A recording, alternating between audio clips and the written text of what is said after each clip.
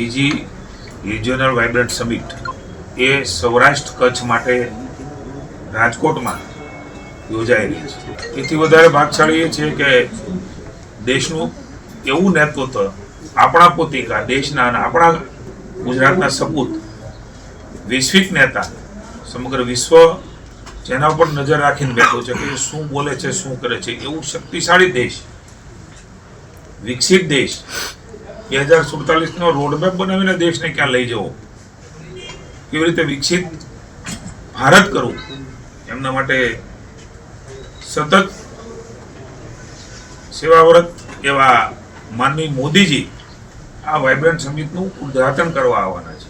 સૌરાષ્ટ્રની અને કચ્છની આ પવિત્ર ભૂમિ ઉપર માનનીય મોદી સાહેબનું આવું એક નવા વાઇબ્રેશનો એ આપણે સૌ જાણીએ છીએ કે જ્યાં જ્યાં જાય છે ત્યાં વિકાસ કરોડો રૂપિયાના ખાતમુહૂર્ત લોકાર્પણો નવી પોલિસીઓ નવા સીમાચિહ્નરૂપ કહી શકાય એવા કામોની શરૂઆત પણ એ સૌરાષ્ટ્રની ધરતી ઉપરથી થશે।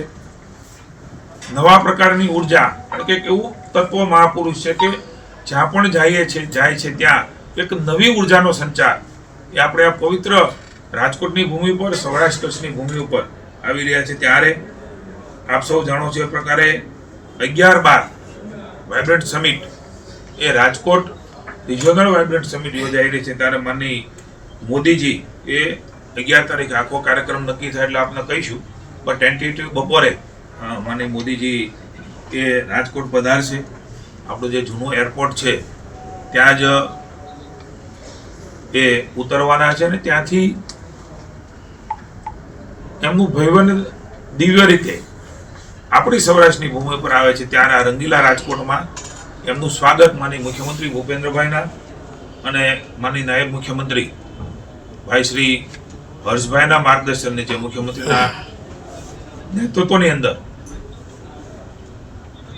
એની સ્વાગત માટેની ભારતીય જનતા પાર્ટીના માનનીય જગદીશભાઈ વિશ્વકર્માના માર્ગદર્શન નીચે પાર્ટી સામાજિક સંસ્થાઓ જ્ઞાતિ જાતિઓ અલગ અલગ પ્રકારના શૈક્ષણિક સંસ્થાઓ જે લોકોએ સૌરાષ્ટ્ર માટે નાનું મોટું કોન્ટ્રીબ્યુશન કર્યું છે એ તમામના માનનીય મોદી સાહેબ આવતા હોય ત્યારે એમને સ્વાગત કરવા માટે થનગની રહ્યા છે। અમારા સૌ માનનીય પદાધિકારીઓને પણ કહી રહ્યા છે કે અમારે મોદી સાહેબનું સ્વાગત કરવું છે તો એના માટેના એક રોડ શોનું પ્લાનિંગ જે ટેન્ટેટિવ છે એ પણ કરી રહ્યા છીએ। મારવાડી કોલેજ છે ત્યાં સમગ્ર કાર્યક્રમ યોજાવાનો છે।